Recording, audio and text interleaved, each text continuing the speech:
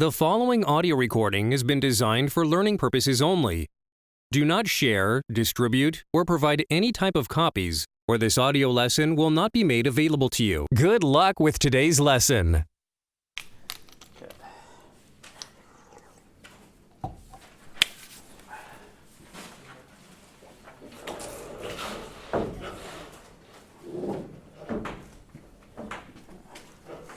So we'll get through 15, and we'll talk about the lab, and then we have some extra time. I'll go through some of the tougher problems from the previous 3 chapters. So we did that. Okay, yeah, I think we're almost at the end here.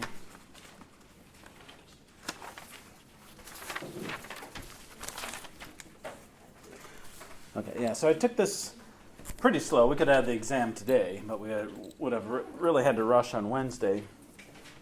So we're taking it easy, giving you some extra time. Make sure you use that to your advantage. All right, so we have the pH next. Okay, so we have our first of many equations that we'll be using to convert between. Well, we'll be converting between pH, pOH, the concentration of H3O plus, and OH minus. So we have that connection there. What we want is to have a connection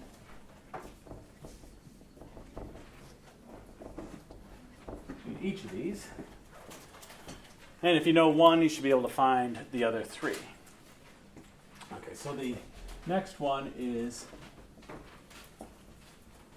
the pH is equal to the negative of the log base 10 of the hydronium ion concentration. pH is what you generally use when you're dealing with acidity. So we have, let's just do some easy ones first.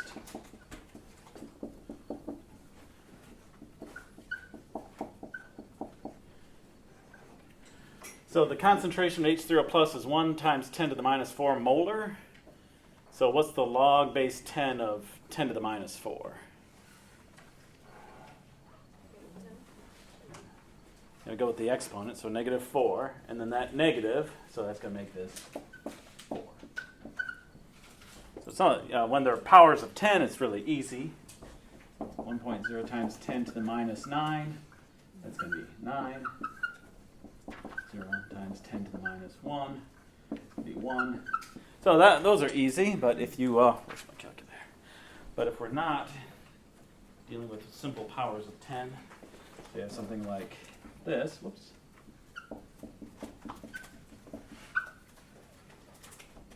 Then we have the pH is going to be negative log of 2.37 times 10 to the minus 5. Can leave off the units of measure there, just make sure they're in molars. And this comes up to be 4.6. Now, for when you're converting between using logarithms, this has 3 significant figures. This term here is not considered significant. This is just a power of 10 is what it really comes out to. So we should have 3 decimal places. But we're not too worried about that. We'll just have 3 here. But just be aware of that, if that ever comes up. All right, and then now the pH scales are usually shown from 0 to 14, because that's 14 orders or 15 orders of magnitude. But that's not, if we have this, that's not as far as it can actually go. Really, theoretically, there's no end, but there's just a point where we can't measure the concentration of H3O plus. Whoops. Like that. So 1.16 times 10 to the minus 17, and this comes up to 16.9. So this is just to show pH can get to be a larger value than 14. And then if we have like 12 molar HCl, that's going to be 12 molar H plus. So if you put that in, and maybe do this out. comes up to be 12 molar. And if you take the log of that, it's going to be minus 1.079.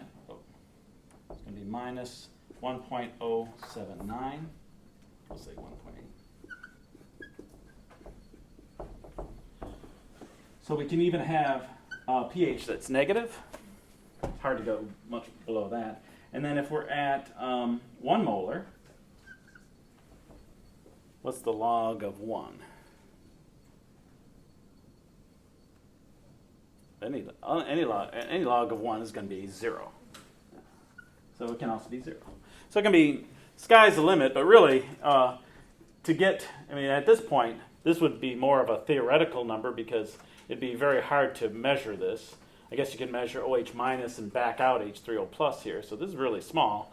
But you can get below 14. But the reason they stop at 14 is because then now you're to 10 to the minus 14 molar H3O plus, very hard to measure. And we stop at 0 because to get to negative, you have to be greater than 1 molar. And most of the time, the acids we deal with are less than. If you look at most of the acids we deal with are 0.1 or 0.01. But this one is concentrated, so it can be negative. So just to let you know, the scale goes beyond 14 and 0, but not very often.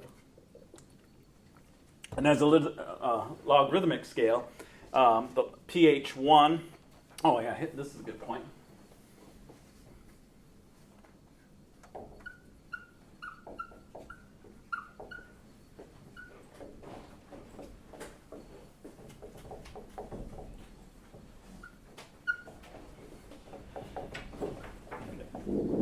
This actually is a question.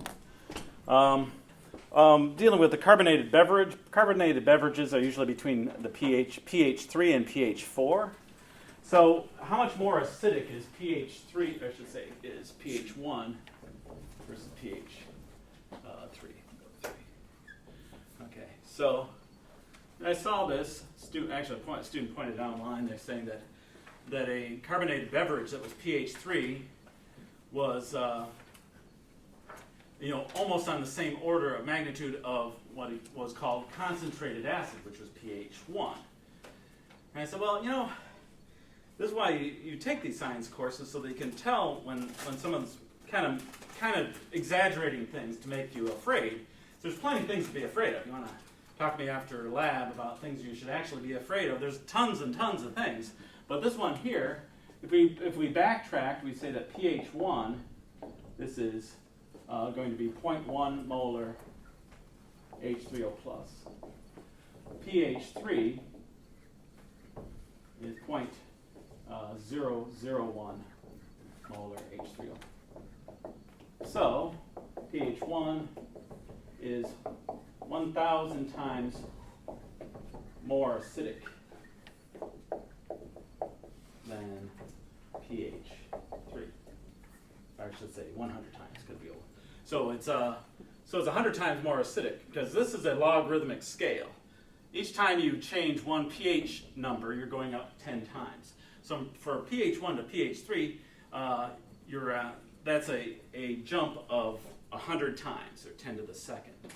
So this, that was considered concentrated acid on this website, this is 100 times more acidic than pH 3, which was a carbonated beverage. Doesn't mean that carbonated beverages are harmless as far as their acidity, but it certainly is not the same as saying they're almost the same as far as carbonated beverage and a concentrated acid. Yes. And the thing is, you shouldn't be drinking. Actually, story I always tell, and I always tell my sister I told this story. She had braces in high school. She was also addicted to Coca-Cola. I don't know about cocaine. She never got that vibe that she was addicted to the narcotic. But the Coca-Cola, she'd drink a lot of it each day.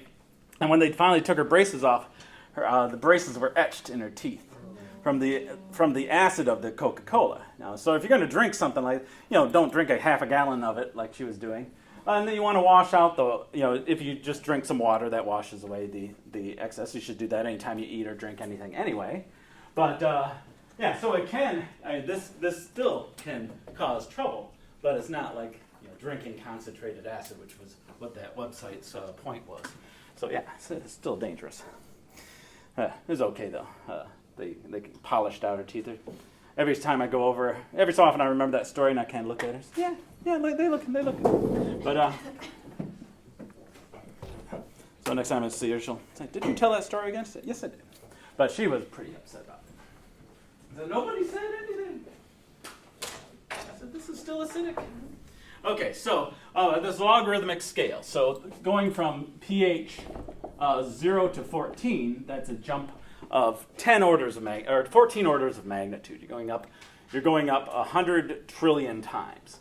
So that's why the pH scale is what it is. We don't need much more than this, but you should know that it can go beyond those two ranges. Okay, so now pOH. What do you suppose that one is? Negative log of 1? Yeah, OH minus. And this is true of any of these, get rid of anything like that. The pH, the P in pH is for percentage. That's what it stands for. In a backward way, it's kind of just saying you're dealing with powers of 10. But, so POH, but if you have pKa, and that's what we'll deal with in the next chapter, that's the negative log of, what do you suppose? So this is H for, this should be H plus. OH for OH minus. pKa is going to be negative log of Ka. pKb is negative log of Kb. These are very common ones to use when you're dealing with acids and bases. But really,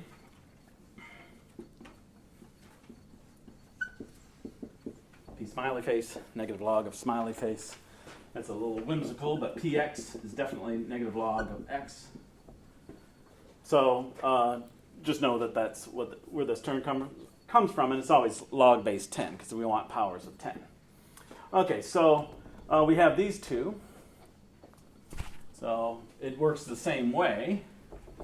We have, oops, I won't do too many of these, but, and we're going to go through all of the equations, and I'll show how they're all connected together. So this is going to be POH. So we have 1 times 10 to the minus 6 molar of the OH minus. That's going to be 6 POH.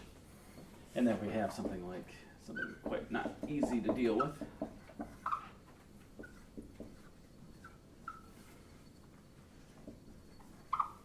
Kind of thing.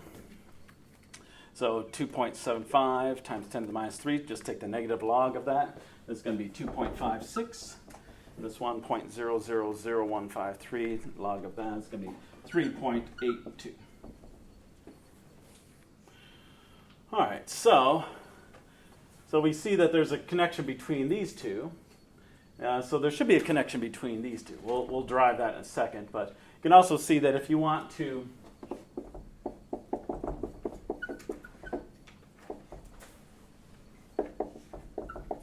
but if you know the pH and you want to go back to H3O plus, well, what is so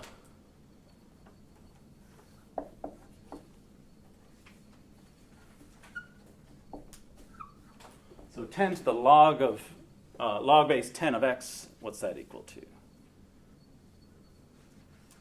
Make sure we know these. How is 10 raised to a power and the log base 10, how are those related? Yeah, this is a identity, but those are, one is the antifunction of the other. So if we take the negative 10 to the minus pH, that's going to be 10 to the minus log of H3O plus. So that's going to be just H3O plus. So H3O plus, if we want to find that, we just take 10 to the minus pH. So if we know the pH, we back out H3O plus. OH minus then is going to be 10 to the minus POH. Okay, and then, so actually we have more than we need here. We have 5 equations here, but then the last one, show this. we have this relationship. The product of H3O plus and OH minus concentrations gives us 10 to the minus 14. So we take that, and this derivation will be on the exam. I just want to show you that all this equation I'm about to show is just this equation in a different form. So we take pH of both sides.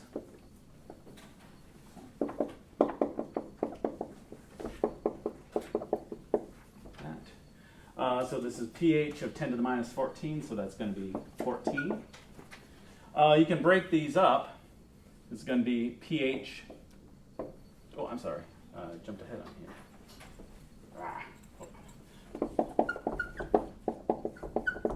You're trying to find pH. Let's say that doesn't make much sense. There we go. And then this is 14. So this can be the negative log of H3O plus minus the log of OH minus. Because when you have the log of a product, you can break them up. So it's really, you could say it's this.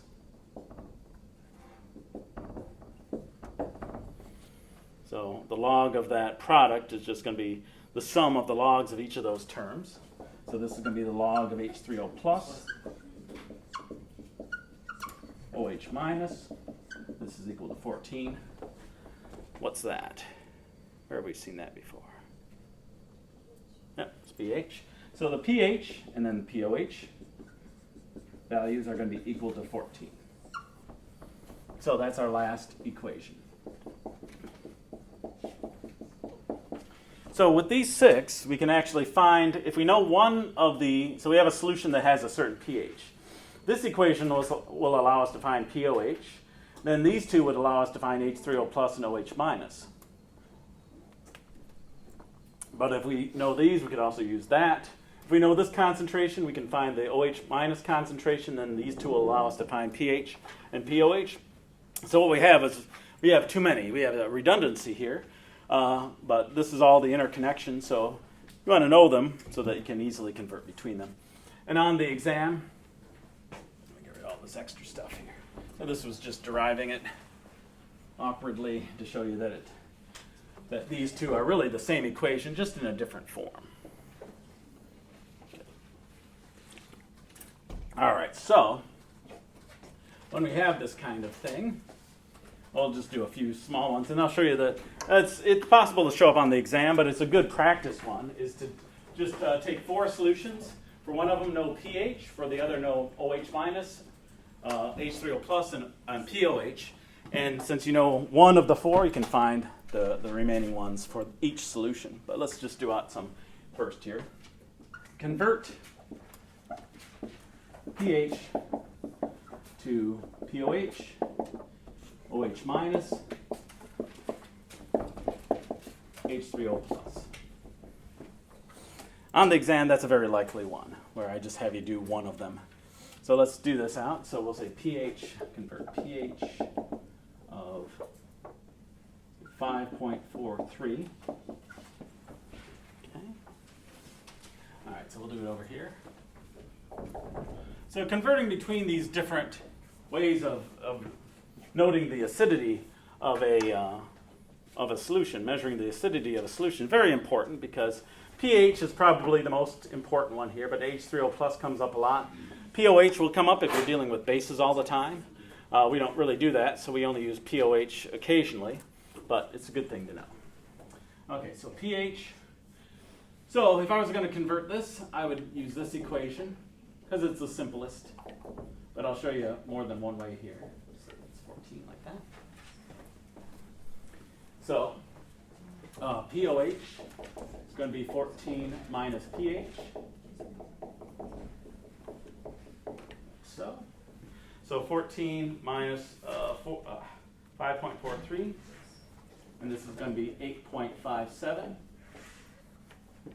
Another way to do this, and a nice check if you needed, it is to, what are we trying to do here? So we could say that H3O plus is 10.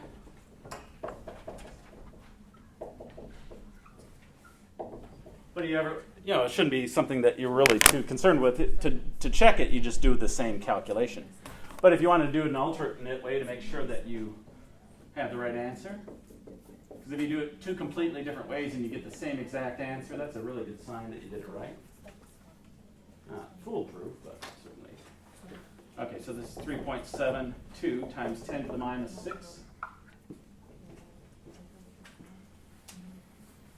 And then OH minus is going to be 1.00 times 10 to the minus 14 over H3O plus.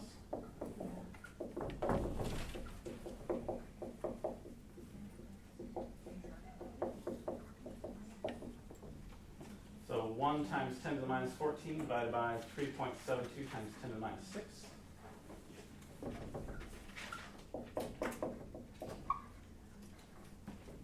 We definitely do it the long way here.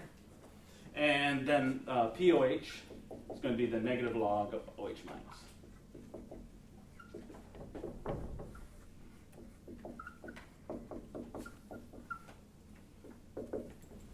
And so 2.69 times 10 to the minus 9, and you come up with 8.57. Same thing. You say, why would you do it that way? You'd only do it that way if you messed up.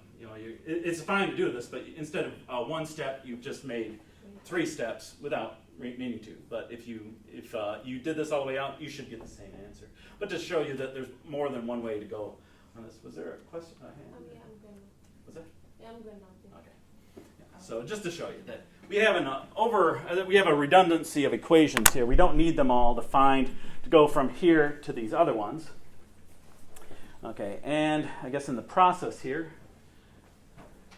since I did do this, so I need to define this as well.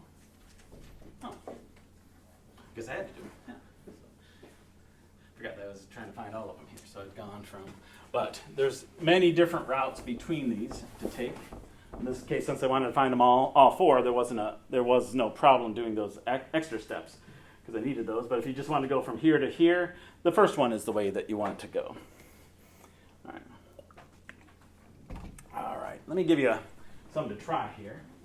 Actually, I'll give you the full deal. So we have solution. It's a very good practice. So just to show we have 3 different solutions of some acid of some sort.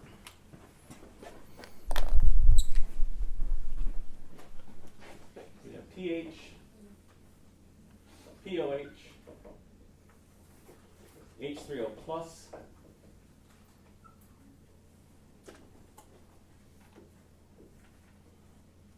and OH minus. Okay. So if this is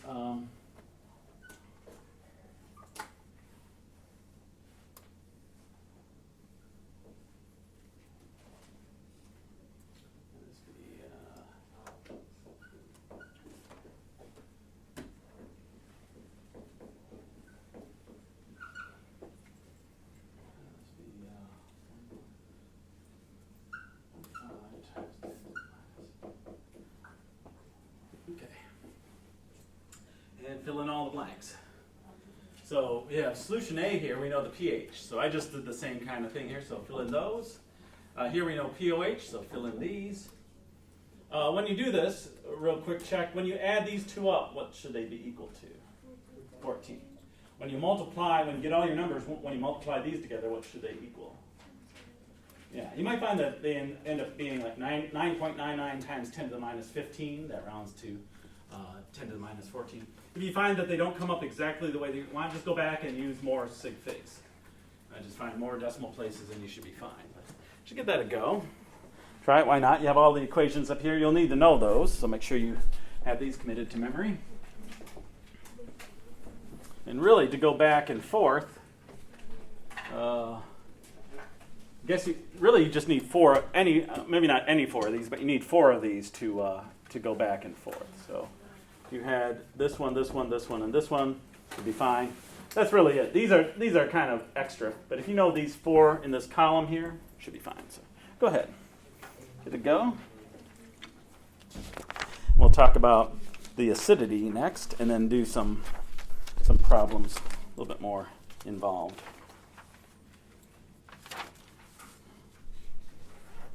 And then that will be, oh yeah, there's a lot of different ways we can approach this. So, oh, we got that too. Okay, and we did that. Right, we did that one. Okay, not too much to do here. But as I said, so we've taken everything really very slowly, and extra, yeah. I have a question about the calculator. Yeah, what about that? So we just got the calculator that you use, and I don't know how to get the numbers, like 10 to the negative 5.43, how you type it into your calculator. Like which one here? Negative. For the OH, mine just says like 0.00 and then just 3 doesn't give me the 2. Yeah. So if you want, so you're saying like putting this into your calculator? That kind No, I'm asking how you put 10 to the negative 8.57 to your calculator. Into the negative. Define POH. Oh, I see what you're saying. So to go back, let me see. Like, define this number. Oh, okay, yeah. So No, I'm might as well do it here. Yeah, I'm just trying to type it in because ours is. Yeah, so you do. Oh, yeah. So if you get that, it's probably right. You just do second function, sine, and it makes it. Oh, okay. 8.57 minus, and then do the second function. Those are your units. You got that, and then you get this number. Thank you. Yep.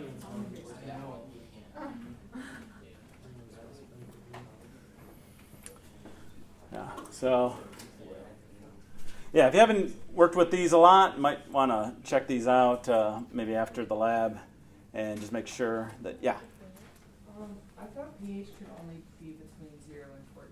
Yeah, but I had them So up there. it can be negative, right? Oh, yeah, So it did yeah, that, yeah, but then, so it just has to add up to 14, the pH Right. and POH? Yeah. So that other one, so this is going to have to be larger than 14. Okay. Yeah, yeah. The 0 to 14 is used. Its range is really broad. It covers almost everything, but just wanted to show that you can fall outside of it. When you get to negative pHs, you're usually talking about concentrated acids. That's where you get that. Okay, so if I'm doing this out, I'm going to go fairly fast, just using these equations. But so here, from here, I just take. I'm going to write these equations here. I'd use this one. So I do, so you can see that what you'd end up having is 15.02. And see, if you add these up, you get 14. For this one, use the same equation, but this time I have POH.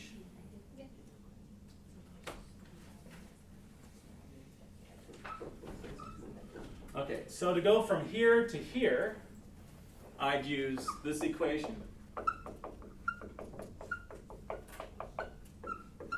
Or this equation. And you could also use this equation, the first one we worked with. So I'm going to go from here to here. Now remember, this has a negative here, so it's going to be 10 to the 1.02. So 1.02. So this will be 10.47 molar. And then this one, to get from here to here, I'm going to take, it'll be 10 to the minus 15.02. This is going to be very small. This will be 9.55 times 10 to the minus 16 molar. To double check, make sure that it's right, I'll take those two numbers and multiply them together and see if we end up with 10 to the minus 14. And, oh, I don't. I come up with 9. Here's what I came up with. Oh, no. Is that okay? What does that round up to? Sometimes it's harder to see. But this would round up to a 10, and that'd be 1 times 10 to the minus 4. This is the most likely thing to happen. If you find something like that, just take more decimal places, and you'll come up exactly perfectly. But this is definitely... I don't doubt that this is the correct answer, but you can certainly go back and just keep more decimal places here, and you'll come up with the right answer. Same thing here, 10 to the minus 5.67. So this is 2.14 times 10 to the minus 6 molar. 8.33. And then this will be 4.68 times 10 to the minus 9 molar. And again, just double check. You can see adding this up, that's pretty easy. I can see that's 14, 2.1. And it's if you have this kind of thing to do, it's always a good idea to check it in a different way. I come up with multiplying these, it's 1.00152. So yeah, it's times 10 to the minus 14. Okay, for this one, probably just do this first using this equation. So 1 times 10 to the minus 14 divided by 2.22 times 10 to the minus... Come on. There we go. Yeah, so this will be 4.50 times 10 to the minus 13. Might as well do this one here too. So just make sure you know those equations. They're not horribly complex, but you have to make sure you know them. Got this, so 5.9. Yeah. Okay, and then to go back to here, this is just your basic your pH equation, negative log of this. So 2.22 2 times 2.22 log. So this is 1.65. And then you're free to either take the negative log of this to go here or subtract this from 14. I'll do it this way. Just to see, because there's bound to be a slight difference. And this comes up to be 12 point, yeah, definitely round to 12.35. So it seems reasonable. And this is 10.02. And this is 3.98. Yeah, that seems right. Okay. Now, yeah. How did you get from your OH minus to your H3O plus? For this one? No, the last part. Yeah, we were doing these- OH minus. I use this equation. So I took 10 to the minus 14 divided by either one, whichever one was missing, and I get the other one. So this is, well, I don't even have it up here.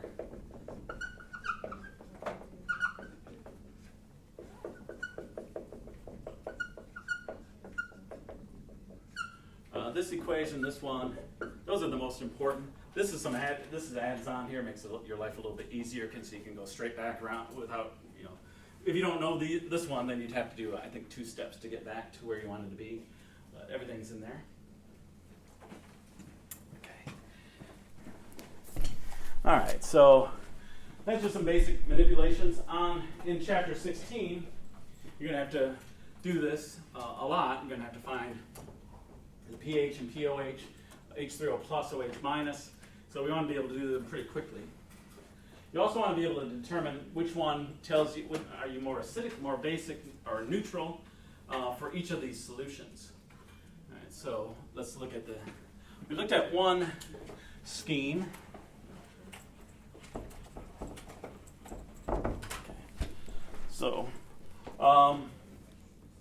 when pH is equal to 7, that means POH is equal to, I'll put it up here. POH must be equal to 7, and that's a neutral solution. It's not acidic or basic. If pH, actually, we didn't do that. We did, what did we do first? We did, when H3O plus is equal to 1.00, that's that. Then OH minus must be equal to 1.00 times 10 to the minus 7 molar. So that is neutral. Okay, I'll leave this for later. And then we also said that if H3O plus is greater than 1.00 times 10 to the minus 7 by the addition of an acid, then that means that according to our equation, this KW expression, that means that OH minus concentration must drop. Must be less than 1.7. And that means that this is acidic. So that's what we're trusting here. That if we put in a huge amount of acid here, this is a very 10 molar here, and then that means that OH minus must drop so that this will this product is 10 to the minus 14. Has to be. That's what, at equilibrium, that's what we have to have.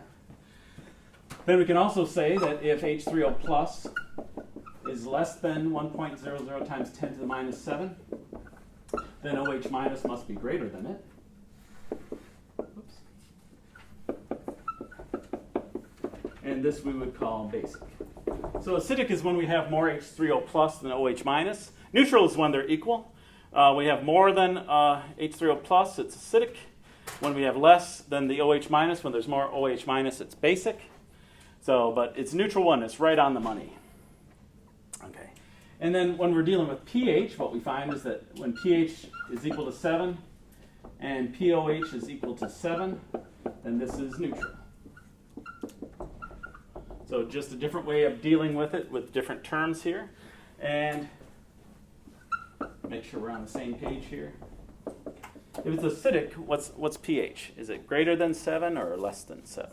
Less than. Which means that pOH must be greater than 7. And for basic, pH must be greater than 7, and pOH is less than 7. So all these different ways of looking at the same thing. We like pH, but sometimes when we're calculating, we need H3O plus, OH minus too, but to a lesser extent, because we're usually dealing with weak acids. But if we're dealing with weak bases, then we're dealing with these. So you should understand those terms. And then if you're given something, or you're given two different solutions, and you're told two different terms, you should be able to say which one is more acidic and which one is more basic. So, all right. So if pOH is 4.3, is it basic or so? pH. So you have pOH 4.8. Is that basic or acidic? So yeah. So that would mean that pH. Now. We have the terms up here, but they can get confusing if you, and it might be even very difficult to tell the difference here. Let's say, put the following.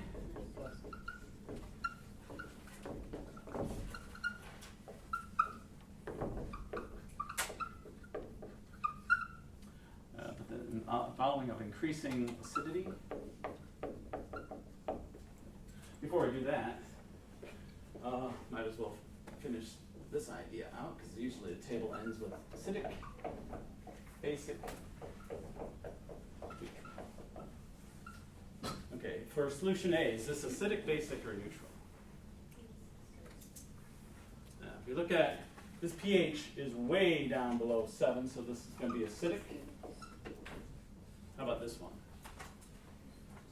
Still acidic. Are they all acidic? This guy? Acidic? And then basic.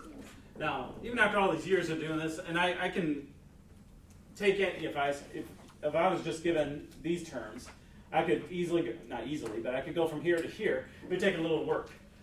From here to here, less work. This one, about the same as this one, but this one, almost instantaneously. I convert everything back to pH. It's up to you. If you just are math-minded and this is no big deal, that's good, but a lot of times, like what I'm about to put up here, it's hard to tell which is which. So the best thing to do is convert them all to pH. So yeah.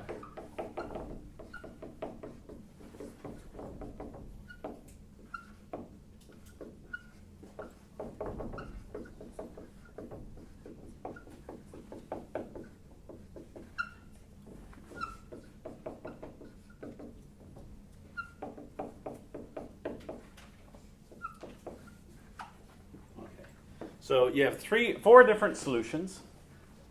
They each have a term here. One is pH of 4.15. The other is pOH 9.53. H3O plus is 5.4. 5 times 10 to the minus 5 molar. I'm going to get rid of that. It's a little busy there.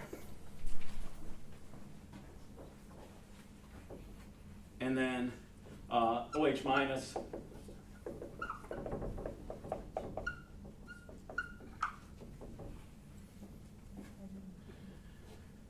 Now for this one, I wouldn't try. I'd just convert everything to pH. It'd be the easiest thing to do. And then from the pH, I can tell what's going on. All right, so for this one, we already in pH. This would be 14 minus 9.53, 4.47. This one especially, because it was just so close, I couldn't even see it in my head which way it went.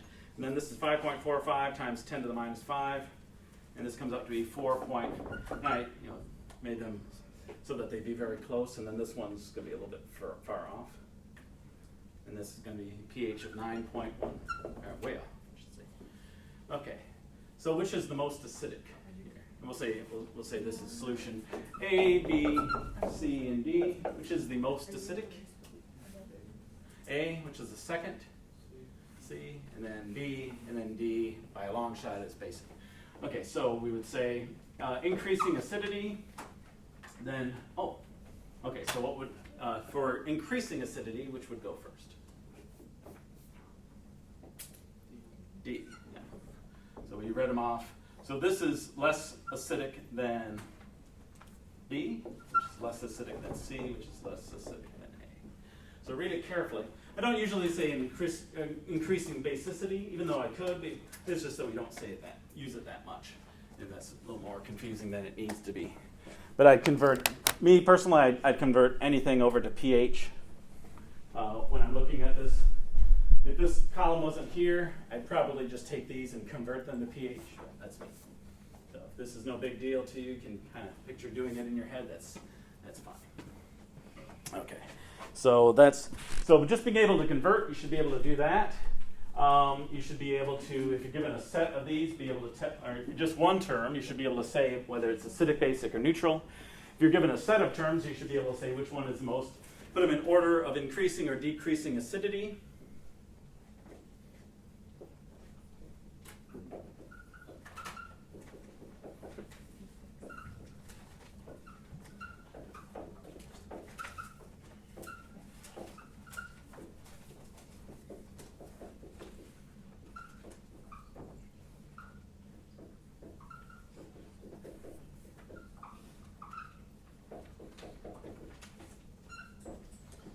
On the exam, I'll say what has a higher pH than this? Or does this have a higher pH?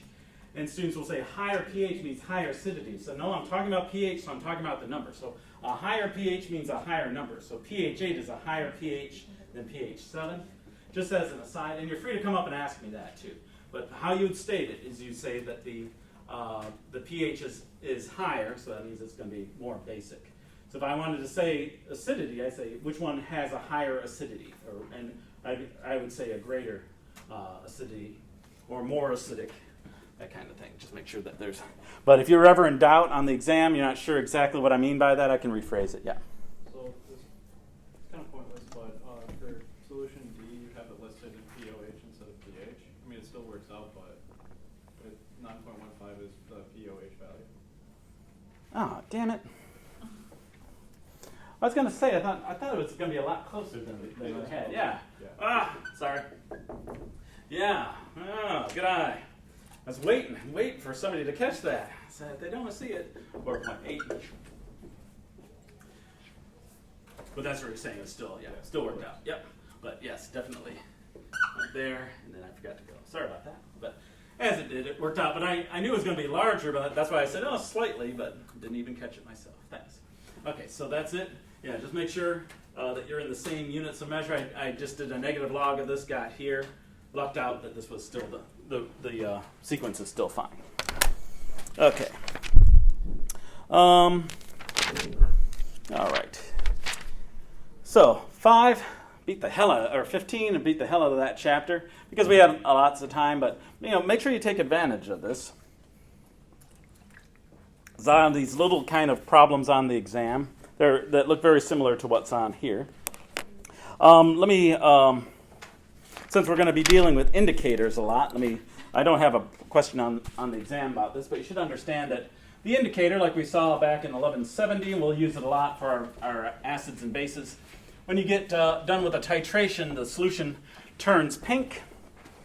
But when you're doing the titration, remember in 1170, the the solution would turn pink, and then it wasn't pink anymore. And then you did it again, pink, oh, gone. Keep going, and then you often overshoot and it become fluorescent purple. So what's going on there? I want to show you what these indicators are doing chemically, so it's not just magic. So magic is fun.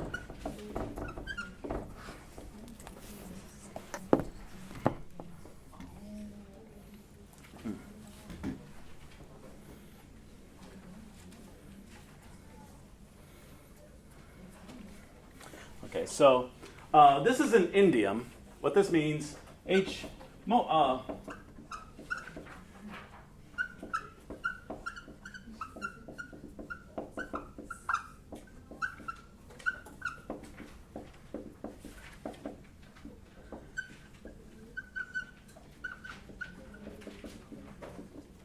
should say a pH indicator.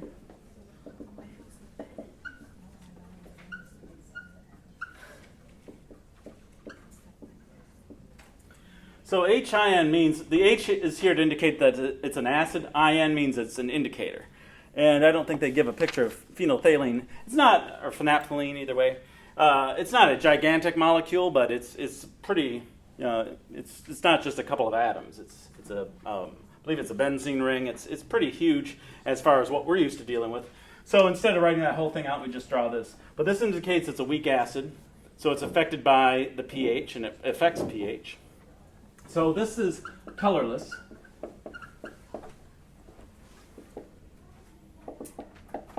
And this is the indicator without the H+. Turns out that it has a color. It turns pink in solution. Okay, so when you're adding...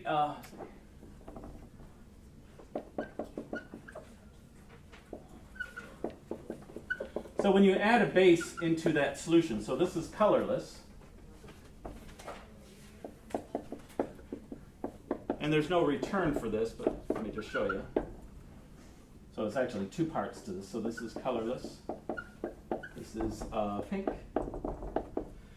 So when you're titrating, like we'll do in a couple of labs from now, we're going to have 3 labs where we're doing this, and you add in the OH- from the burette, it goes in, the OH- finds the indicator and takes that H+, and there's no return arrow.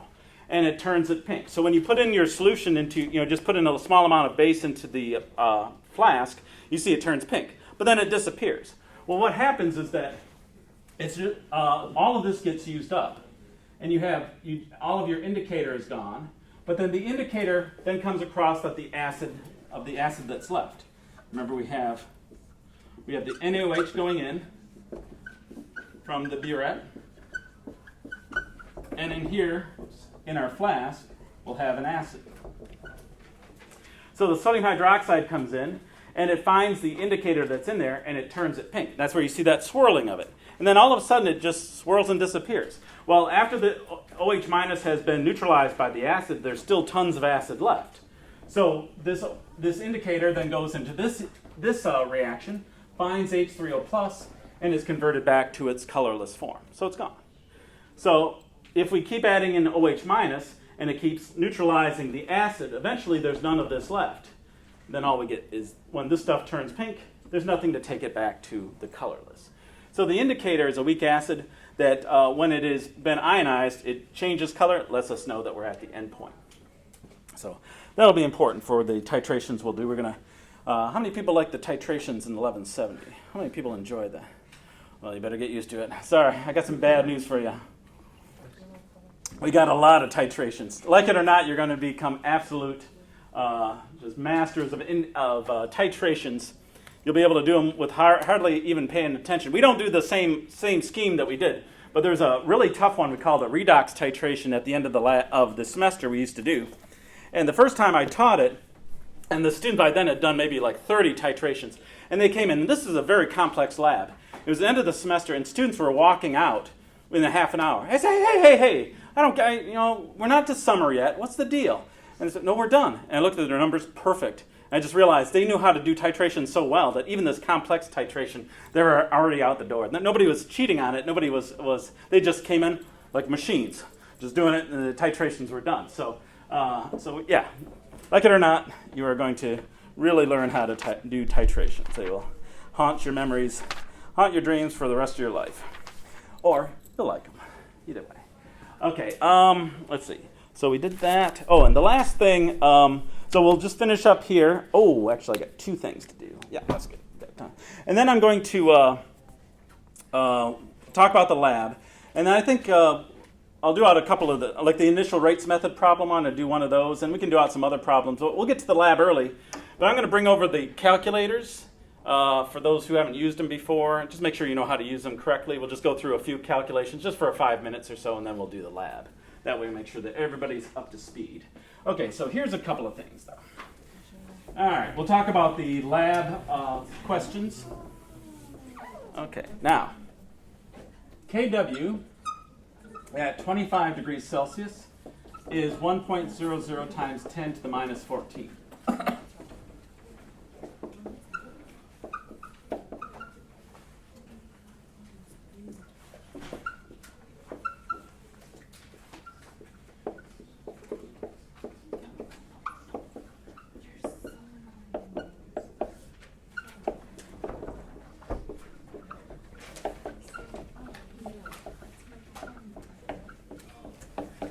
So any K value, Kc, Kp, Kw, Ka, Kb, Kf, all the ones that we're going to see are temperature dependent. So I kind of squeezed that like that.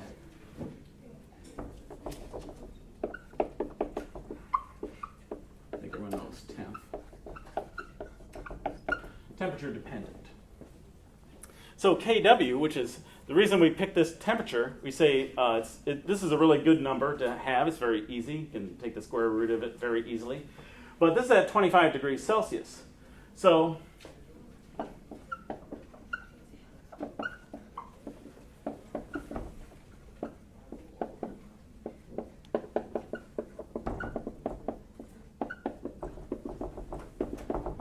as the temperature drops, less water will auto-ionize. They just don't. It doesn't have the energy to transfer its H+. So this is the auto-ionization reaction.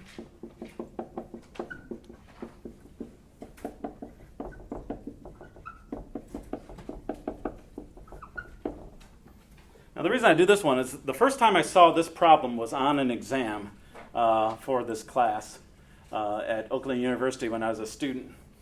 And it was really neat if you weren't under the pressure of the exam. And it's a very, very important one here.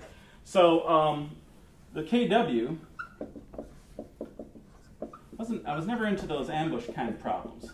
I think because I never knew what to do. And even if I did, I got myself so flustered from it. It's like, what the hell is this? Where did this come from? Why would you do this? I'd walk up there and tell this professor what's what. No. That's giving me the sweats just thinking about doing that to a full professor at the university. No, you just sit there and like, I don't know what's going on. Okay, so now the thing is that this equilibrium is dependent on temperature. The lower, so we'll go with lowering the temperature. So as that drops, there's not enough energy for this to transfer its H+ as much. So this value is going to drop, but this one has to drop at the same time because they're working off of each other. For every H3O+ that's produced, one OH- is produced. So let us say at T is equal to, at 15 degrees Celsius. Is that the one I used here? No, I went up the other way. H3O+ equals OH- equals 2.5 times 10 to the minus 9. So the question is, what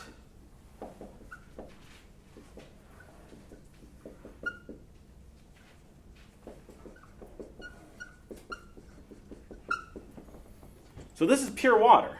So what is the pH of this water at 15 degrees Celsius? This guy here? Yeah. So it's 2.50 times 10 to the minus 9 molar. So as the temperature drops, there's the reaction actually shifts back this way, so we get less H3O+ and OH-. It becomes a smaller number. So the pH then is going to be negative log of this number, and POH is going to be the same number when we're done.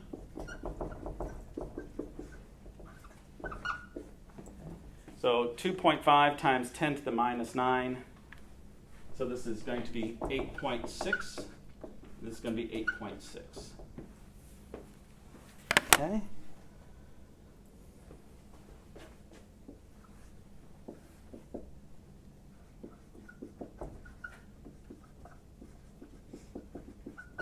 Neutral conditions at 15 degrees Celsius. So I can say, what's the pH of pure water at 15 degrees Celsius? I have to give you this number, or what I do in the, yeah. Well, and so you can see that the pH is not going to be 7. It's going to change, but that's still neutral because this number has dropped away. So what we can, another way of putting it, as I did in the practice exam here, so it's probably how I'll put on the exam. I'll just use this one. So at 70 degrees Celsius, Kw equals 3.4 times 10 to the minus 11.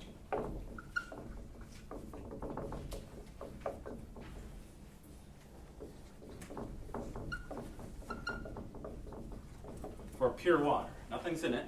What is pH? What is neutral pH?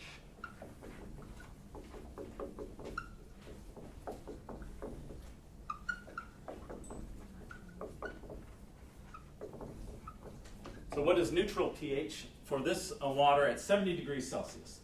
So you'd be tempted to say it's pH 7, but it's not because Kw is temperature dependent. So this has changed. So this has to change, so the pH has to change. So what we'd say is 3.4 times 10 to the minus 11 is equal to H3O plus. It's pure water. So these two must be the same. What we find is that X is the square root of your Kw.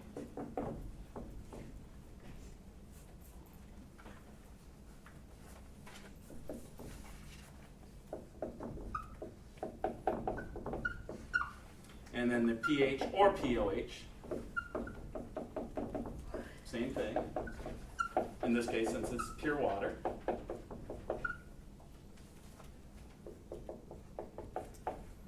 So that's a pH of pure water, neutral solutions, neutral conditions at 70 degrees Celsius. Yeah.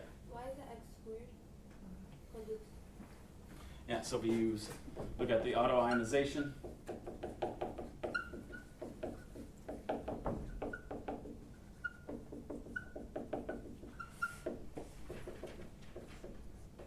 So when we start, there's nothing here, so there's plus x, plus x. So you put your x's in here. So that's where it's just pure water.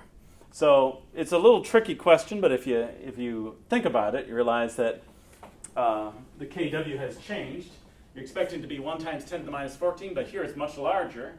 So you put it into the expression, you find that H3O plus is the square root of it, and take the negative log of it. So the pH and the POH can change at neutral conditions as the temperature changes, and it will. And there's actually this number I took from an actual table. So I want to use that one. That's the actual number when you get up to 70 as you're approaching boiling. Okay, let's take a 10-minute break, and we'll talk about the questions for the experiments really quick, and then we'll do some problems from earlier chapters.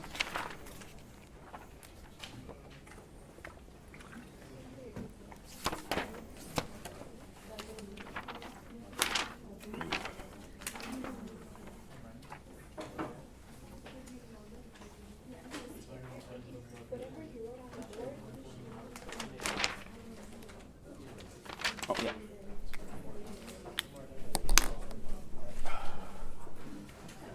Okay.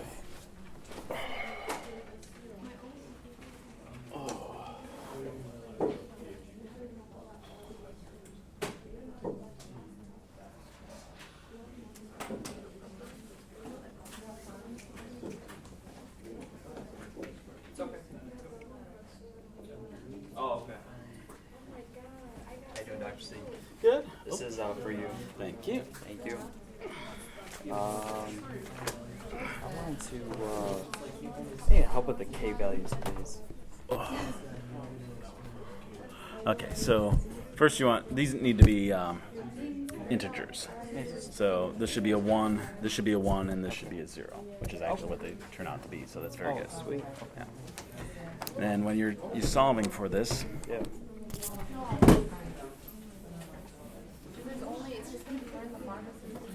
down for my back here for a second. Here's the rate law.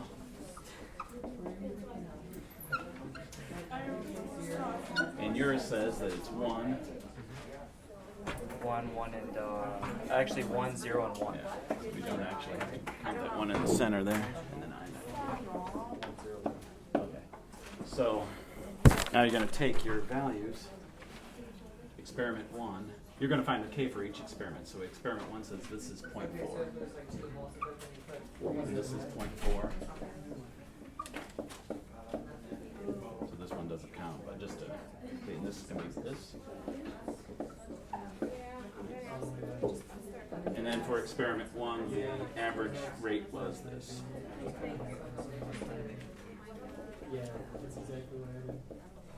Okay. And then, so this one you just ignore. So it's going to be 0.4 times this. And take that, and it's going to be divided into that, and that's your K. Thank you very much. Yeah, and then you do it for all 4 experiments. Here's your rates for each 4. Here's your concentrations. And what you should find, and it usually happens, is the Ks turn out to be very similar to it. They should. They should be exactly the same. So it's not surprising, except that you think that you didn't try to do this. You're just measuring the time changes. And I thought I was gonna have to like bring it down and like cancel stuff out. no, you already did that. okay. Yeah, you already found those. So you know these numbers. So just put in your numbers for each experiment, your rates for each experiment, find K. Awesome. Thank you very Yeah. much. I appreciate it. Is it normal to have 0.5 in my rate law? Wait, what was that? Like, I'm sorry, not my keeping. Oh, one of your exponents? Order, yeah, 0.5. If it's 0.5, rounded up to 1. It has to be an integer. So yeah, that'd be 1. Yep. Get things like the order as 2, and 0. Yeah. So Given it's that- a fourth degree. Yeah, in that case, and then so your units of measure will show that too. Yep. Inverse. So inverse. Yep, that's right. Good. Hey, so I managed to forget my lab at home, so I went to go reprint it. That's why I was late today. Since this doesn't have the signature, because I had to reprint everything because then everything sampled together and forgot it. Oh, but you have all your Yeah. results? Yeah. You Yeah, have so- your calculation? Sure, that's fine. All right. Yeah. One question, Professor. So I'm just wondering about something. Right here, I got 0.59. Does that equal 0 or is that No, you want to 1? round up to 1. To 1? Right. So I did it right. Okay. Whatever, I'll erase that. But I did it right in here. This is for the K value. I multiplied these 3, and I got this 6.40 times. Does that seem right? And then I divided the average of experiment 1 divided by this, and I got this. Well, this is to the 0. Well, yeah, so to the 1. it won't count. Now Oh. it's 1. Oh, it's, oh, I but see. I did Okay. multiply these 3, All right, though. let's So see. So 0.4 times 0.4 times 0.04. they're all 1. Does that seem right? Yeah, you can get that. And then divided into 4.5 times 10 to the minus 4, and you get, Yeah. I get 0.0703.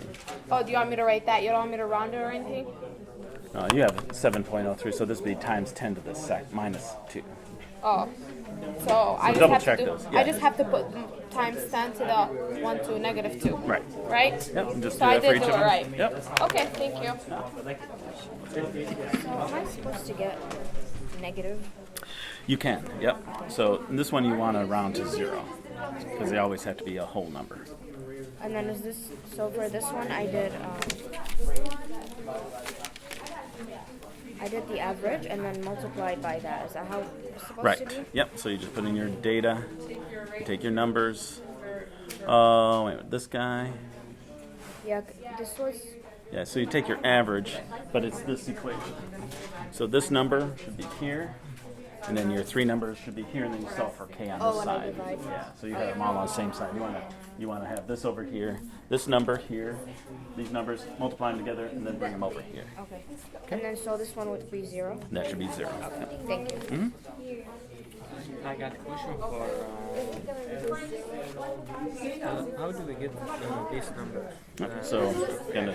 I mean, Yours? Yeah, same thing. Yeah, I think these are the correct numbers, so it's this. So you're gonna just take your numbers, and Yeah. they're gonna be the same here, and then you're gonna take your average, so yours would be. and this would be for like the orders of reaction. And then more about the value of like K values. Then you're gonna just, these are the numbers you're gonna have and solve for, and then do that for each of the experiments. So you're gonna use this value here, and your experimental one value. Yeah. So this one here. So this one would go like for here for orders of reaction. No, it's gonna be, you're solving for K. Okay. And then how like do you find the orders of reaction? Oh, you already have them. I know, but like for here, I do it like this way. That's what you have to do. And like when I got 2.17 divided by 2 would be 1, right? And then here it's like 2.61 divided by 2. It's about back to 1. Yep. And like for the third one, which is C, it would be 1.08 divided by 2. Yeah. Like So you one- want to round. Yeah. So that's So it would be 0. 110. It has to be an integer, so or a whole number, so it has to be So 0. for this one, isn't this supposed to be 110? For yours, it looks like, which one was this one? This one for Yes, you're right. So this is 1, 1, 0. Yeah. Oh, right. Thank you. Yep. I have a question. For over here, the value that I got for calculating this is 6, and then for the multiplication on this side, or dividing these two, I got 2. And the total answer came up with 3, because I multiplied 3 by 2, and that's going to give me 6. I was wondering. No, because that's over raised to here- the power here. So you would need, so if you took 2 raised to the third power, that's going to give you 8. So what you have to do, takes a little bit of work, but you take 6 log, store, that'd be 2 log, and then times, so B is actually 2 point, yeah. Actually, in this case, it looks like it rounds up to 3 anyway, yep. So I have to do the same thing over here. Right. I don't have to multiply by. In this case, since it's 0.5, you'd run, make it 0. That's fine. Yeah, looks good. Thank you.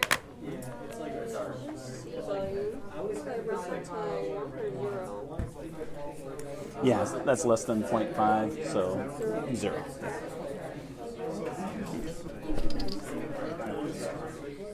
Over here, like that's the equation, the quadratic equation, right? Yeah, okay. But over here it's not. I don't understand how it became 8.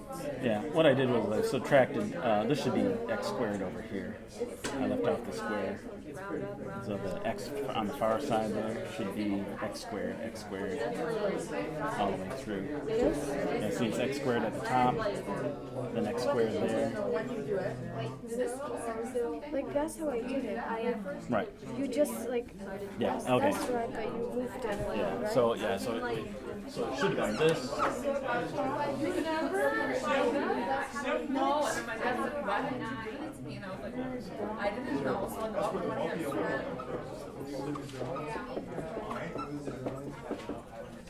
My dad was when I hear this, and I was like, I think you have your work. So what I did was I subtracted x, and then I just flipped it around. That's the 9 is different. The same number says. Yeah, I just, when I get done, I flipped around because it's easier to look at, but it means the same thing.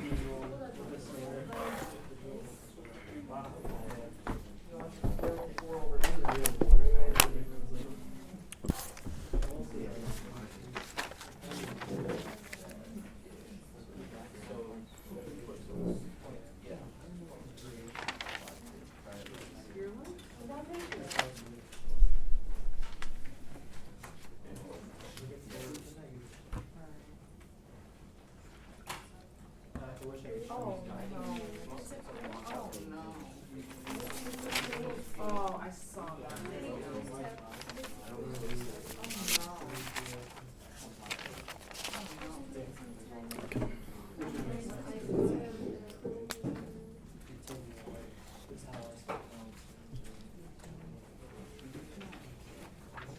I have a question. Yeah. Pretty sure it's the same as everybody else's. Right. That exponents one? Okay, so yeah, this is the rate. You found your exponents, right? Or have you found your exponents yet? Do you have these values? How would you find them? Those are done by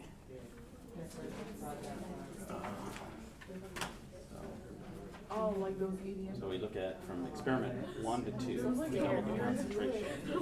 We look at your rate from 1 to 2. It went from 9.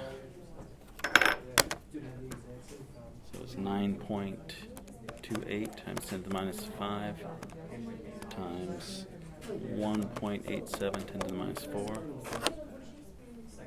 So the rate essentially doubled. Oh yeah, you can actually see it there. So the concentration doubled, the rate doubled. So this must be 1 when we double that. From experiment 1 to 3, what happened to the rate? It went from here to this, which is essentially doubled again. So this should be 1. And then from here to here, the rate went from here to this. Let's see. So this is what, 9.2 divided by 7.6. So essentially it didn't change. So this should be 0. So just say that. So you double the concentration. I'm going to do initial weights method problems to see what I'm saying. But when you double each of these concentrations, how did the rate change? Here's the starting rate. What happened? It doubled here, doubled to here, and then stayed the same here. And that gives you your numbers. And once you have, so for your numbers, it's 1, 1, and 0. Then you take your experiment 1 data, put in here. Take your rate from experiment 1, it goes here. Yeah. So you said put the rate? Yeah, so this will be 1, 1, and 0. Yeah. And then, so this will be to the 0 power of your rate. Yeah. And then solve for k. Just make sure you have the right exponents. Thanks. Yep. Just a question. Yeah. The calculations. So I know everyone else is getting 1, 1, and 0. I got 1, 1. So it's supposed to be the average of experiment 4 over the average of experiment 1, right? Yeah. So these two. Yeah. So we doubled that. So what happened here? So we take 6.3 times 10 to the minus 5 divided by 6.71 times 10 to the minus 5. Essentially 1. So it didn't change. So that should be 0. I So you must have had a. yeah, Oh, yeah, okay. yeah, probably the you had your Yeah. exponents wrong. So. All right. Yeah. No. So that's right. That's what it should be. Okay. Okay.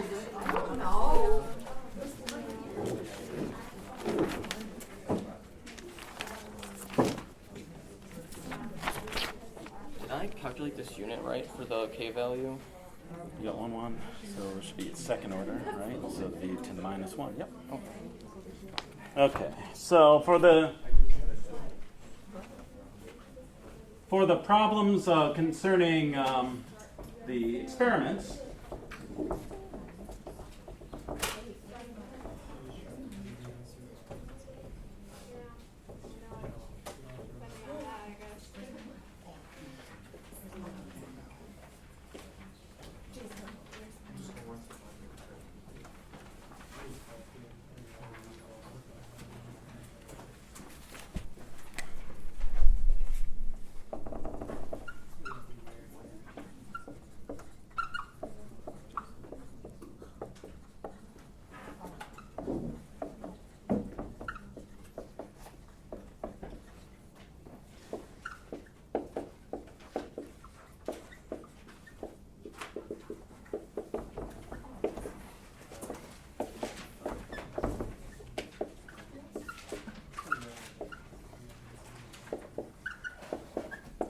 so we've done out all the labs we've done so far.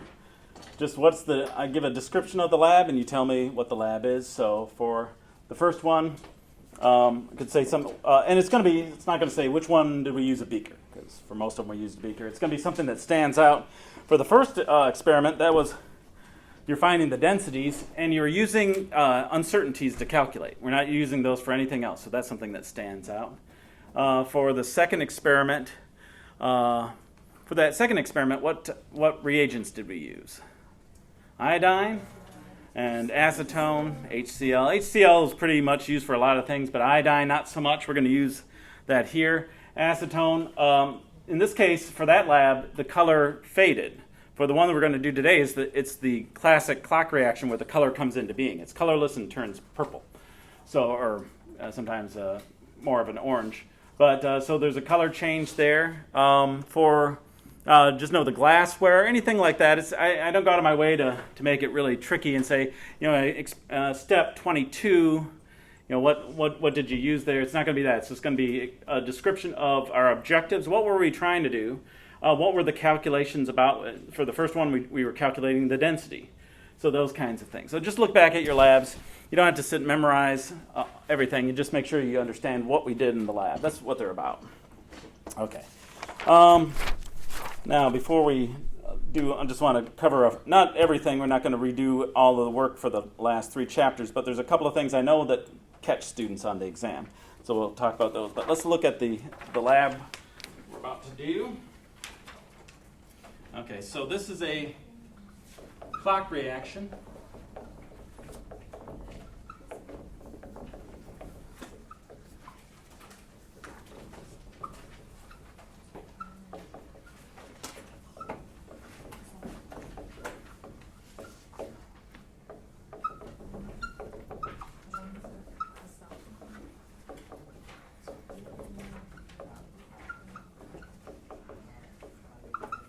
So temperature is going to be the big thing here because we're going to be using our Arrhenius equation. So we're going to need, so what we're going to be using is so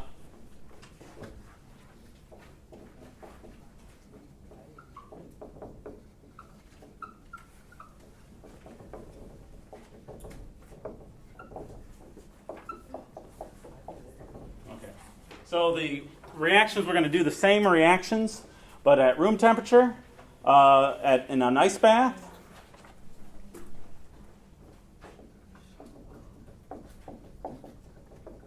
and in a water bath. Big thing here, we're going to be using flasks here, flasks, and test tube. Make sure you use those. There's going to be a test tube rack in the water bath. I made up these labs, and when you do, there's a reason that people don't do this is because you have to go through all of the, well, I guess the students have to go through all of the problems of it. One of the things that we learned is that you need to use test tubes, because if you put flasks into a water bath, if they're not filled enough, they just tip over. And we did this, during renovations, so we weren't in our own room, and we had this water bath, and there was about 20 of these flasks in there, and then one tipped over, and they all went over, and all the solutions went into the water. It was beautiful. It was quite something to see. So I'm thinking back, okay, we got to fix that. And test tubes, so you want to use test tubes here. These are fine. The ice bath is, everyone's going to have an ice bath on their island. This is going to be in the back. There's just one water bath, and that's all you'll need because there's going to be plenty of room in there. But just make sure you use the test tubes. Okay, so this one, unlike the acetone and iodine, what occurs is that we go from colorless to, it should be purple, but because of the oxidizing, I think it turns orange. It might be somewhere between orange and blue. It's not as vivid of a color change, but it works really well. Okay, so we have, but there's a lot of components here. So for each experiment,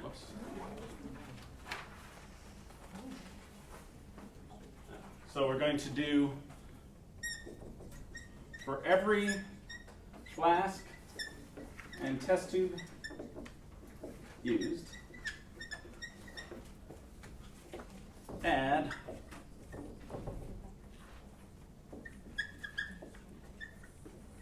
so I'm just writing this so you can see it, make sure that you understand what's happening. So, but this is stated.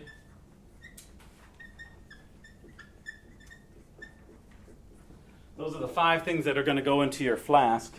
Those don't react, not until we put the hydrogen peroxide in. When we put the hydrogen peroxide in, then it reacts.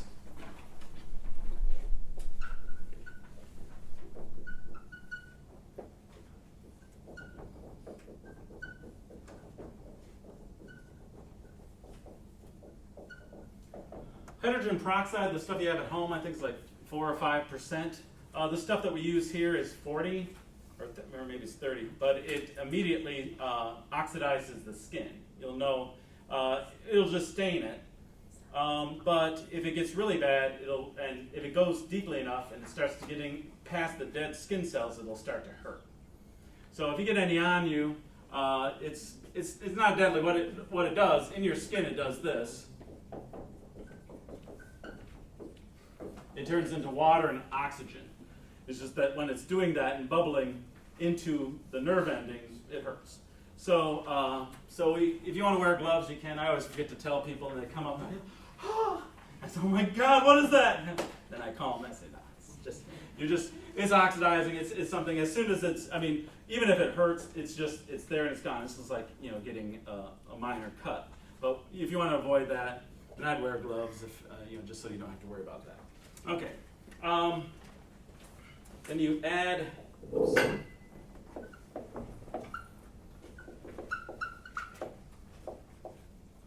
5 mils H2O2 to start reaction.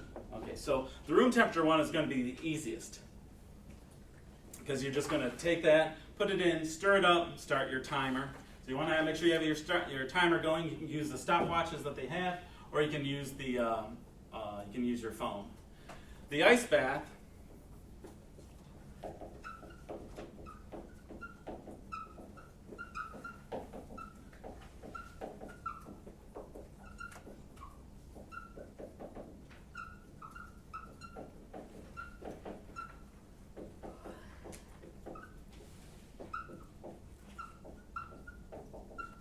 You have your ice water and you have your warm water. You can take so you have your flask in the ice bath, and you have to move the ice aside so you can see. Pour in your H2O2 and stir it around. But then you need to, and you can put underneath the ice bath because it's just a plastic tub. Put some white paper under there, makes it easier to see. But if you can't see, you can lift it up for a few seconds, even 10, 15 seconds. But you don't want it warming up too much, so put it back in. The ice water one is going to take the longest. And it's going to be the one, the room temperature one is going to be the one where you get to see easiest what happens. It's just going to be colorless, and all of a sudden, boom, the color is going to come in. The water bath is going to go faster. Sometimes this one happens, you mix it up, you set it down in the water bath, and it's done. So it can be, I've seen ones that are like 10 or 15 seconds. It depends on how just slight differences in temperature and what you put in here can make a change. So if you didn't put in 5 mils of something and put in instead 4.9, it can actually make a few seconds difference. But the ice bath one, that's the one that gets students, they get it going, and it's going to be you're going to have it in a test tube. So let it sit there, but you're going to have to watch. If this one, I'm not sure exactly the numbers, but if this takes a minute, this one's probably going to take like 30 seconds, and then this one the ice bath can take like 4 minutes. So what you want to do, though, is get your flasks, everything's set, except for don't add this, put everything into your flasks, and have your room temperature one, your ice bath one, get that one cold, and then one in the water bath. And then I do the room temperature one, and then by the time you're ready for the ice bath, it should be cold enough, but put a thermometer in there, make sure that it's down to less than 5 degrees or whatever I say. And then do that one, and then go to the water bath. Make sure this one is near 40. Whatever it says, if it's at 37, right, 37. And then do that, and then go around again. So that'll be a good, but the room temperature one will give you the best idea. So you got 3 different temperatures, and what that's going to be is our Arrhenius equation, where we found the rate constant at different temperatures. And so it actually works out pretty well. The reason I did this one is because there's no lab that does this. The Arrhenius equation, I said, well, I always talked about this for almost 30 years, is, does this even work? I'm assuming it works. So it does. It actually works fantastic. It works really, really well. Okay. So that's the lab. So just take your time with it. Get your 3 samples ready. And then once you've done each of them, just pour them out, wash them out, and do them again. Get two runs of each. I think that's what I want. Well, I said, it's 3. It's just going to be 2, but I put a third one in there. If the 2 are completely different, and you can ask me if you're unsure, but if you're like the first one is 10 seconds, the other one is 3 minutes, you're going to have to do a third one. But if just come up to me, like for the cool ice bath one, if you have 4 minutes and 15 seconds and the other one is 4 minutes and 30 seconds, that's actually pretty close. but that wouldn't be the case for the warm one. So come up to me if you're unsure. So if you get two that match up really well, then fine. The water bath everyone uses, so you're going to have to just share and be, don't bump into each other. Take your time. You have to do two anyway, so if the ice bath is, or the water bath is busy, just do your other ones. Okay. Now, just a couple of things before we head over. So when we get over to the lab, we'll have about 15 minutes. And I'm going to just give everyone a calculator, make sure everyone can do the calculations. Because I did the morning 1180 or 1170, and they haven't used the calculators. They were back up and down many times. But it was for very simple calculations, as you remember. These are more advanced, so I want to make sure that you can do these with my calculators. Okay, so let's look at chapter 13 real quick, a couple of things. And then, anything that you want to cover after lab or office hour can do. But here's for this first part, it's been so long, and students mess up on this because of that, just because they haven't thought about this in a while.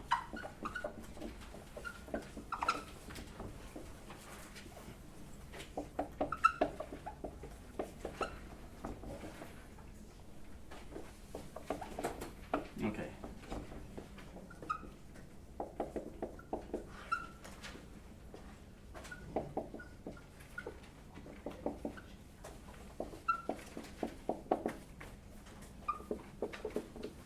Okay, so what is the rate of reaction with respect to N2O5?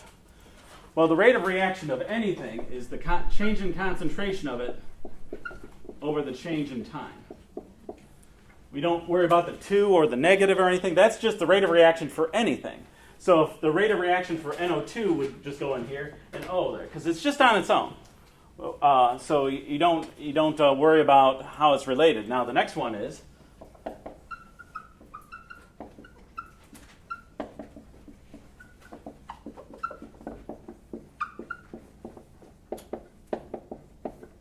I'll spell this out a little bit more. So the rates of reaction of N2O5 and NO2 related. Well, we know that one is a reactant and one is a product. So they can't possibly have the same rate of reaction because one's being decreasing and one's increasing. So we know that this is not true. They aren't equal. So the way to make them equal, if you remember, is take 1 over the coefficient. And what do we do for the reactants? It's negative because it's dropping away. So the initial versus the final is, the final is less than the initial, so it's going to be negative. Since this is going to be positive and this is always going to be negative, we put a negative here, and now they will be equal. So finding the rate of reaction of anything, whatever I said, whatever this is, it just goes in here. That's it. That's all I want. Here are when they're related to each other. What else do I have for that one? Okay, and then if I give it here, I say if the rate of reaction,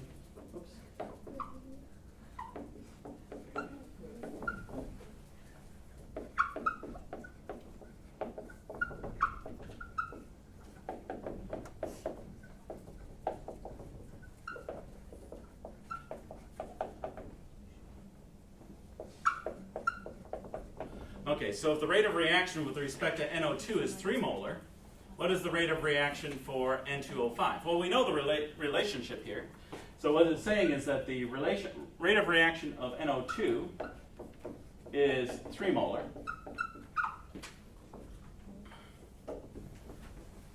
And I just put it in here, solve for this. So this is going to be 1/2.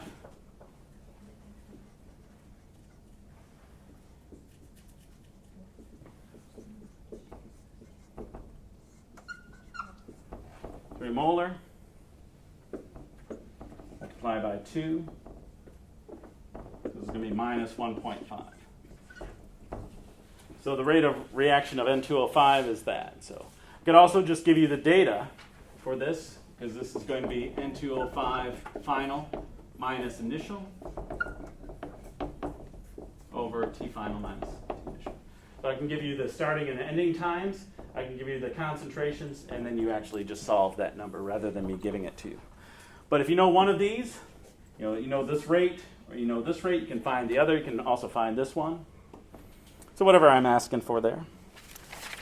The easiest problem on the, pretty much for the whole semester that people still get wrong, so I'm going to mention this one here.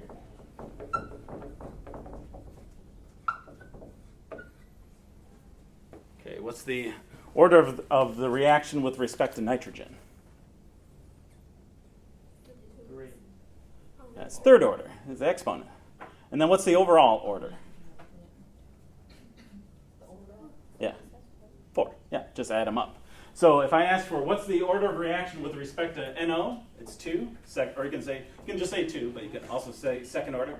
What's the order of reaction with respect to oxygen? -1.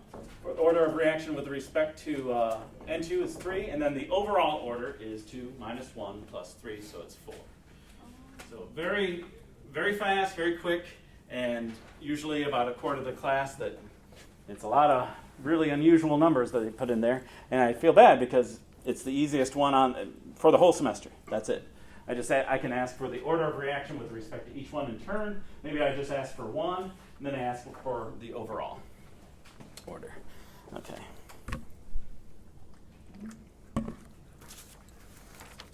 Okay. And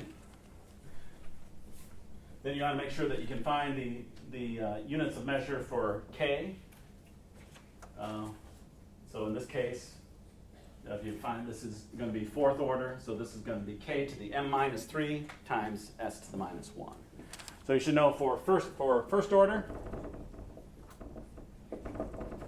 units for K, this is going to be inverted seconds.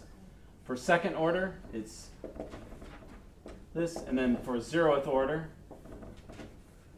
it's that. It's getting a little busy there. But you should also be able to find the units of measure for K for any order of reaction, yeah. So those are the units for the answer, right? Yeah. Yeah, this is for first, second, or 0th order. Yeah, so it depends on what they are. Okay, and then the initial rates method. Just make sure we're all on board here. This one is something that I'll leave you room to work with, but if you simply say in words what you're doing here, that's actually what I want to see. So this should be a problem that you're done with in a minute or two, rather than doing, I did out all the derivation of it to show you how it worked.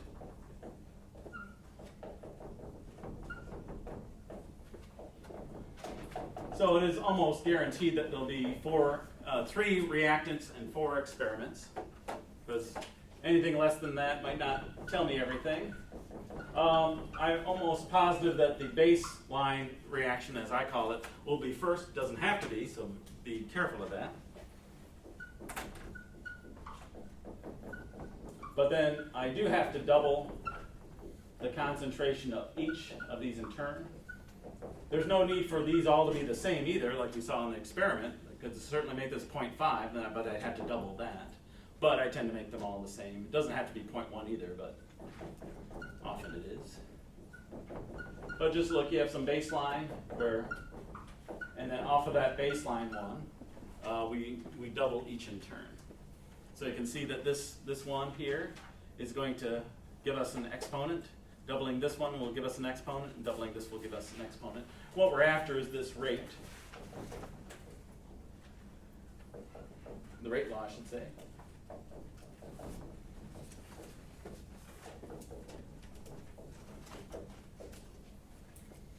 Okay, so on the exam, though, I want to see the full rate law, indicate the numerical values of the exponents, and then I want to know what the value of K is.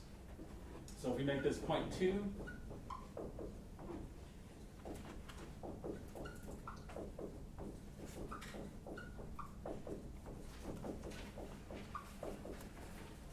okay, so I'll give you some rates like this. So what you want, so we double the concentration and the rate doubles. So what is that exponent then? 1. Because it's powers of 2. 2, if we're doubling it and it just doubles, 2 is, so if it doubles, then 2 is 2 to the A. What is A? A must be 1. So this one is 1. We double this. Ooh, the rate went up 4 times. Yep, so that's going to be 4. So B must be 2. And then we doubled the concentration of the HBrO4, and the rate dropped in half. What would C have to be to drop in half? Negative 1. Yeah. So this would be negative 1. And then just like you did for your experiment, to figure out what K is. So this is the rate law, but then what you'd have to do to figure out K is you take these values, put them in here, take this value, put it in here, and solve for K. I won't go through the whole thing, just to, but I think you can see what you need to do. Again, not teaching it, just reminding you. Okay, so I think the 0th, 1st, and 2nd order reactions for the integrated rate laws and the half-life, just make sure you know those equations and which ones are which. Should be fine. The Arrhenius equation, again, that's more or less just plugging and chugging. Just make sure that you change the temperatures to Kelvin. What I do see on the exam, actually, let's do one other thing here. For a rate or for a reaction to find the Kc.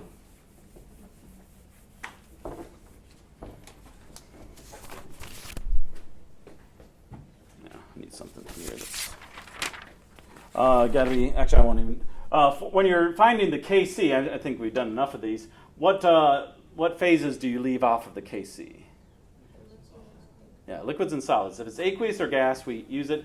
If it's you want to use Kp, it has to be gases. If there's no gases present in the reaction, you can't use Kp. And then there's a relationship between Kp and Kc. Did you have that? Yeah, just really quick, going back to the 1st, 2nd, and 0th order, are you going to indicate that in the...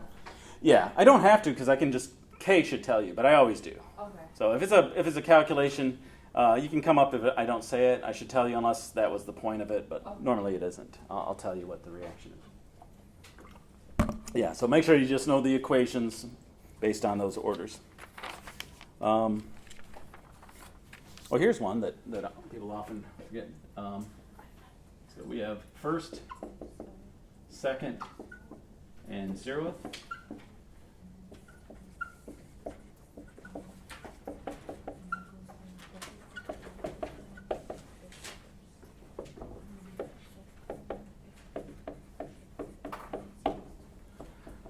So it's a quick question, but often, and it's not that it's tough, it's just that people forget about it. So on the exam, instead of having you graph out the data like I used to do, because it never worked out very well, I couldn't tell what was graphed.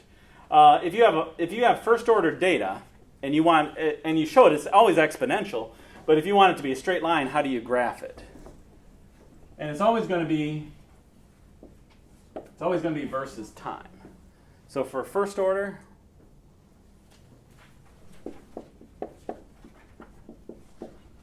what do we use for first order? What if you graph? Because if we just graph the concentration to time, we'll get an exponential curve. But if we were to graph the natural log of the concentration versus time, we get a straight line. If we for second order, it's 1 over, and then for 0th order, it just turns out to be the concentration. Very quick. Just make sure you get those right. And then won't go through all of these, but you can ask any questions. I'll be around tomorrow. I have my office hour. It's at 11:30 to 1. Usually there a little bit before. And then email's good. Okay, for chapter 14, the thing that you want to be able to distinguish between are the 3 big calculations that you have to do.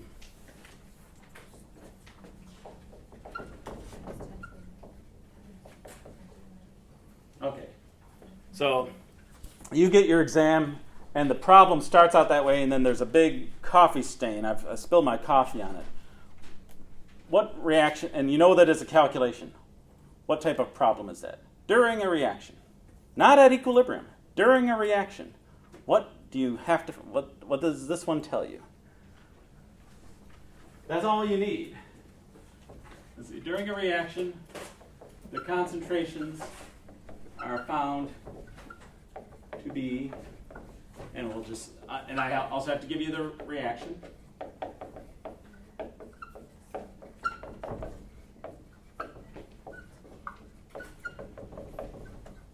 I'm not going to do out the calculation, but I just want to show you the differences here.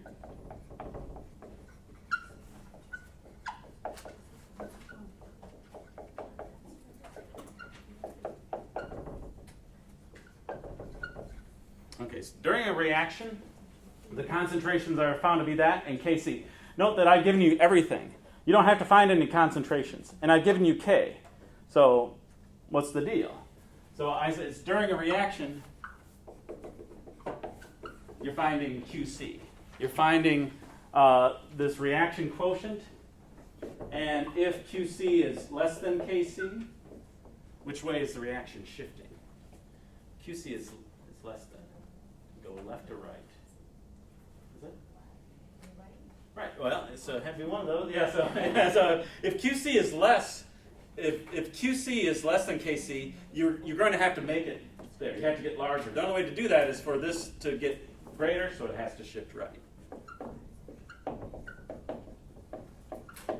If QC is greater than Kc, then that means you have, if you look at the expression, you have way too much ammonia, so it must have to shift left. And then if QC is equal to Kc, you're at equilibrium. So the big thing here is that these problems, they tend to look the same. They're going to be scrambled around on your exam. So students often start, you can see that they usually, if you know what you're doing, you'll figure it out. But you can see that students erase half a page and you realize, oh, they were picking the wrong one. So it has to say something about not being at equilibrium. And then the two equilibrium, the big time problems, if we have, let me get examples here.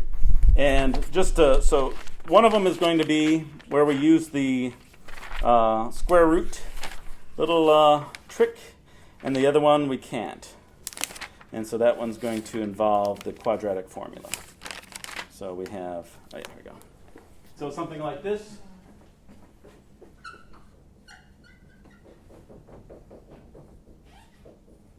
Just as a reminder, make sure that when you see the problem, you know what you're dealing with.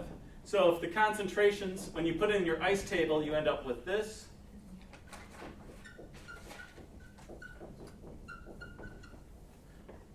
Or if you have another problem,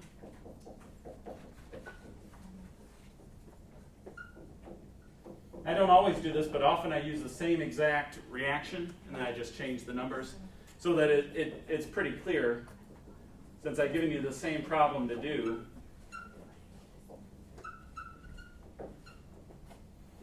Okay, so which one of these can you do your little square root trick on? Yeah, and what do you have to use for this one? Yeah, no way around this one. Quadratic formula.